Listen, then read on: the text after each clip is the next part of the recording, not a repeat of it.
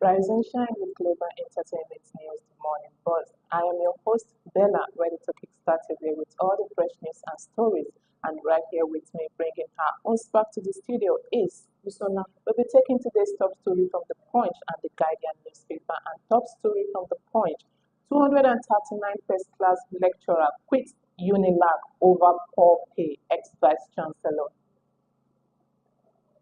No fewer than 239 first-class graduates of the University of Lagos State employed as lecturer left the institution within 7 years. Immediate past Vice Chancellor of UNILAG, Professor Oluwatoyin Ogutempe, disclosed this on Tuesday while speaking as guest lecturer at the Punch Forum, Team Innovative Funding of Functional Education in Digital Age, held at the Punch Place, Lagos Ibadan Expressway. Rolling out at the statistic, Ogundipe said UNILAG retained 256 first-class graduates as lecturer between 2015 and 2022, but only 17 remain in the institution employed as of October 2023. He attributes the mass exodus to poor renovation and conducive working conditions and low motivation among lecturers. Ogudimpe says, at UNILAG, we decide that those with first-class honors should be employed. What is remaining is not up to 10%. All of them have gone. One day I asked the man in charge to give me this information. In 2015, 86 were employed. In 2016, 82 during my time, that is 2017 to 2022. 88 were employed. As of October 2023, only 17 were on the ground. They have gone very soon. In the next 10 years, you will have only female in the university if something is not done. He noted that unless the government adequately fund the sector, university would in next decade be dominated by women, while poorly prepared candidates would gain entry into postgraduate programs. Hearing about this is so sad. Imagine 239 first class graduates, lecturers are leaving the school. What is becoming of this education setting?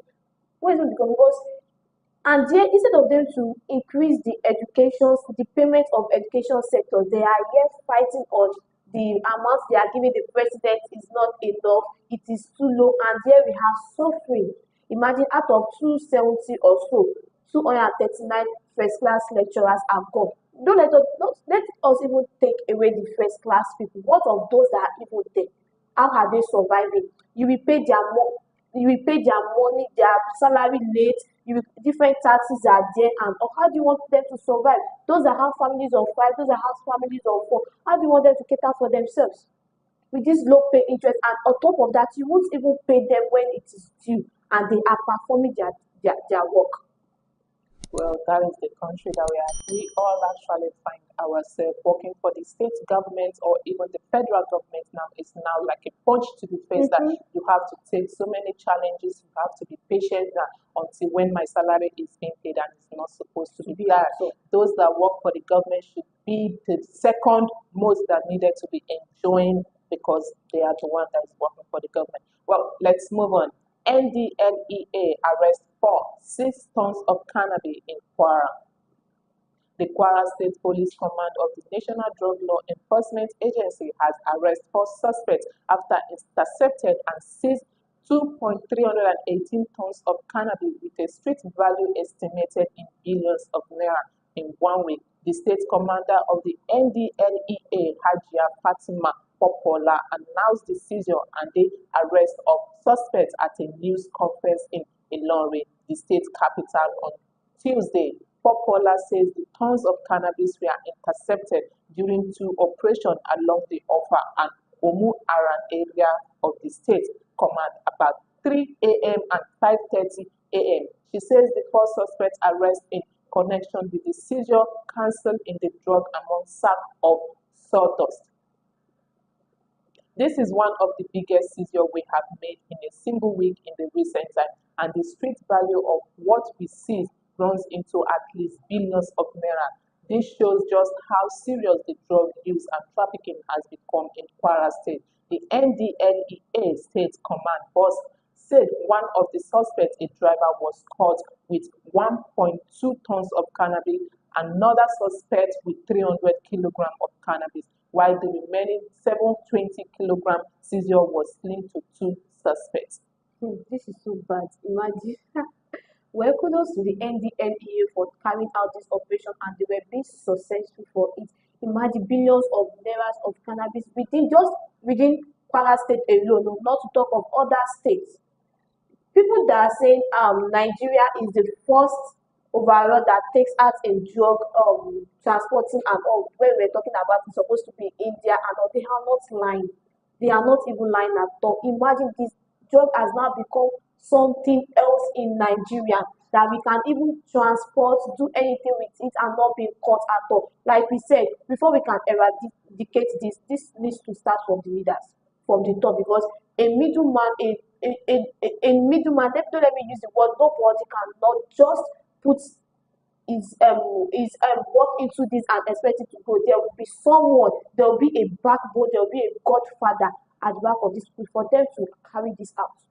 Well, talking about cannabis is another thing, while drugs consumption is actually another thing.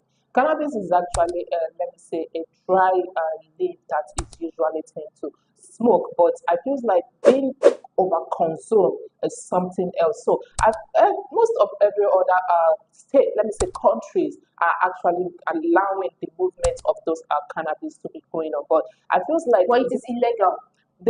it's in Nigeria that is illegal, and the reason why it's illegal because they think that it is a harmful substance and that it's not being used. But most health sectors that do recommend it to elderly people or people that are having insomnia. So I feel like this thing, if it's going to be allowed to be legal in the country, it has to be a cautious of it, and then where it's needed to be distributed and where it's not to be distributed. Because if we think that we wanted to keep covering this thing and then catching the perpetrator that is behind cannabis trafficking, then there's going to be more of it coming out because many people are going into it. Youth of today are already into smoking and all that. So what we needed to do is to make an awareness.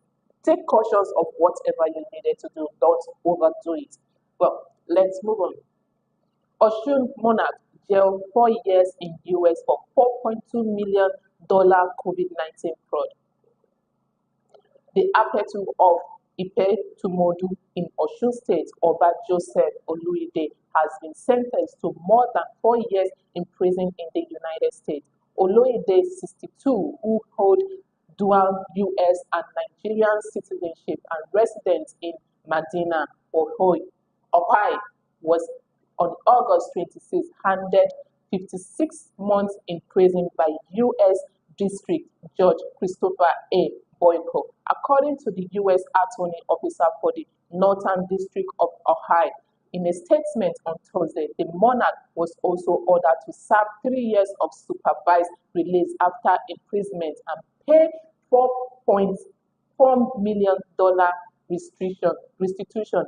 He also fortified his media house on 40 Road, which he had acquired with proceeds of the scheme, and an additional $96 million in fraudulent process. Investigation has seized the statement read. The U.S. Attorney Officer said Oloide led a conspiracy to exploit COVID-19 emergency loan program created for struggling business. From about April 2020 to February 2022, Oloide and his co-conspirator Edward Oluwasami conspired to submit the fraudulent application for loans that were made available through the U.S. Small Business Association (SBA) under the Coronavirus Aid, Relief and Economic Security Act statement read.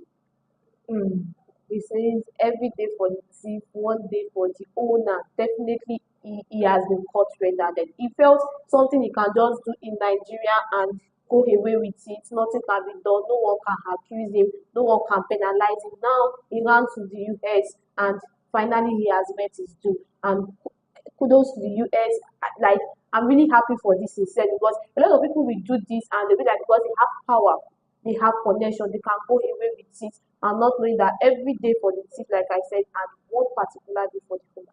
Well, talking about the COVID-19 relief aids that was being disbursed to almost, I'm going to say that he's not just the only one that is Yeah. actually involved in all those things, Mm-hmm. but he was just being called because the US does not play with anything At like that. all. Whenever this feels like this thing needed to be disbursed, you have to do it Yes. accordingly. And if you are being caught, they have a good database and then they have everything Mm-hmm. that needed to track you down. And you having a dual citizenship of a US and a Nigerian passport, you can flow in and out as you want, and then it feels like you're not going to be caught. Exactly. It's really a sad and then it's a bad thing that a Nigerian monarch is actually involved in a Our fraudulent leaders for that act. matter.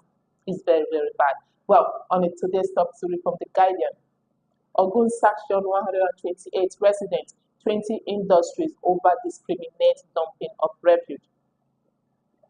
Ogun State Waste Management Authority, Ogwama, yesterday arrested 128 residents and sanctioned 20 industries for discriminately dumping refuse waste across the state in an effort to prevent flooding and enforce environmental law. The Special Advisor and Managing Director of Ogma, Honorable Abayomi Hune, made this announcement in a statement in Abeokuta.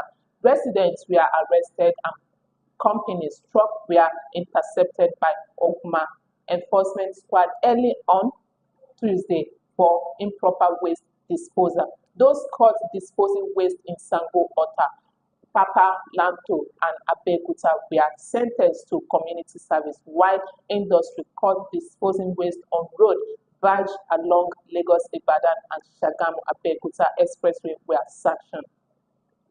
He emphasized that the action endangered the health and safety of law-abiding residents who follows proper waste disposal practice. Hune assured that the enforcement team will continue monitoring roadside and public areas to apprehend and sanction offenders. Yeah, I feel this is one of the ways they can actually eradicate this refuse dumping and all because they've actually said it that they should not be dumping refuse on the roadside and others again. But we the citizens, we only hear but we don't listen. So I just want us to cooperate. Let's put hands in hands together. These people are trying to help us. It's for us. It's for us because sincerely speaking, it's not for them. It's for us to protect us and all. But as they are trying it, but if people are not coming together, they are not putting hands together, and it's giving them difficult time. It's not even encouraging them at all. I just employ the citizens to put their hands together. Anything that needs to be done to eradicate this completely should be done. Well, talking about the Ogun State road and let me say environmental management and all that, I feels like there should be a very good check. Let me say a very good probe about this when it comes to where they needed to dump refuse and all that, because it feels like if there were actually a dumping site that was being provided properly in each and every junction for those people and even the industry to actually have a direct movement, like let me say a trash van that is going to be taking the dirt and then take it straight to where the dumping site is going to be. Then I feel like this thing is not going to be common. The same way that Lagos State actually make a very let me say a various angle Arrest, yeah. for all those trash dumping. That is the same way I was expecting the Abeokuta as well to actually do it, because if that is very common in the area and then it's everywhere, I know that those things is not going to be in a very public way, because in Lagos you see everybody with their own trash can in front of their house, and when the other lawman will come around and then pack it up, even if it's going to take 2 weeks, and then which we expect the government to actually do something not to be more than a week. So that same thing needed to go for the Abeokuta so that those things and the industry won't be caught involved in all those kind of a thing. Well, let's move on. Patients, caregiver thrown as power cut through Yaba Psychiatric Hospital in darkness. The Federal Neuropsychiatric Hospital Yaba Lagos has been without public electricity supply for nearly 2 months following a disconnection by the power distribution company over an unpaid debt of 93 million. The development has raised concern about the welfare of patients and staff in one of the country's leading mental health institutions. The Guardian learned that the public power supply, which was cut off on June 27, has condemned the critical health facility to depend on the generating set, and to save the cost of fuel, the hospital is only able to afford a 3 or 4 hours supply daily. Anipowoshe says, my cousin has been in and out of this hospital for almost 2 years. Things just seems to be getting worse by the day. June was worse. I understand that because of the power outage, there was a water shortage and patients had to travel a distance unaided to fetch water for personal use. Some of them escape and become an issue for families. My cousin kept complaining of being pitch dark at night and having no caregiver in sight, yet the hospital keeps increasing its fees despite the situation. Some of the nurses complain of not feeling safe in the ward at night and at the risk of being attacked by patients who freely use drugs or and smoke weed right there in the premises of the hospital. Drug patients are coming out worse than they went into so-called rehabilitating hospital. What is going on? And for what she said. This is so bad. A psychiatric hospital for that matter, if anywhere, not that particular section, that power, they should not be like at all, because the lives of the doctors, the nurse, the patient, everyone's lives are in danger. Some of them might not even like that place, because there are some psychiatric patients that don't like darkness, and once they see darkness, they go out of control. They are not controllable at all. I just want the government to look into this. Understandable, it is not the government fault, but I want them to really, really look into this, and if there's anything they can do to help out, they should do that. We're talking about the debt that we are owing. 39.93 million Million naira naira. is a lot of money for Yes. a state hospital, a psychiatric hospital for that matter, to be in such a debt. I was thinking that this thing is just a result of what the maintenance of Lagos State power sector is carrying out that is affecting them, but not knowing it's actually they are in a debt of 39.93 million naira. Well, let's say the government should know how this debt came in and how it's going to be cleared. So, yeah. Well, let's move on. Gunmen kidnap pastor, worshippers, couple in Kogi, Castina. Gunmen had adopted pastor of the Christian Evangelical Fellowship of Nigeria Friday at the Heat, and another church member, Gabriel Ezekiel, in Ofon local council of Kogi State. The duo, who were kidnapped shortly after church service on Sunday, were reportedly traveled on a motorcycle when they ran into kidnappers along Ajepo Ojodu Road in the same council area. The adoptee were said to have attended a naming of another member of the church after their Sunday service and were returning to their residence in Otobe when they were adopted at gunpoint. The incident happened between 3 and 4 p.m. on 24th August 2025, Sunday, when both members of the church were returning from Ojodu to Otobe. The pastor was riding on his bike with another man accompanying him. Then the kidnapper, who are lying on ambush, suddenly burst into the road when they sighted the motorcyclist. Approaching, the kidnapper stopped them at gunpoint and directed them into the bush. An eyewitness told News. This is so bad. We cannot even walk freely in our state, not to talk of our country. But I feel if there is security at different checkpoints, this would have happened. There should be security at different checkpoints. We should equipment should be given to them that they can even use to combat these kidnappers, these bandits of the people. Imagine someone going for another person's name. Should it have said I should not go out? Or will he say, okay, because there is this and that, I cannot even move freely in my own state, not talk of the country. This is so bad. Well, that is the state that we actually find ourselves right now, endangering each and everyone's life. Everybody is trying to make money. This one is in the way that is not even good at all. We are just moving into that direction. That is what it's been, because It's very sad. Every time we wanted to point a finger, we need to look within ourselves and know what we are lacking, and then try to take the right caution. But we still wanted to point fingers at those that we don't know, or Mm-hmm. even the government. Well, we have come to this end of the show. Thank you for joining us on the Breakfast Show. I have been your host, Bella. Be sure to join us again tomorrow, and don't forget to like, share, and subscribe. And until next day, have a blessed and lovely day. Bye.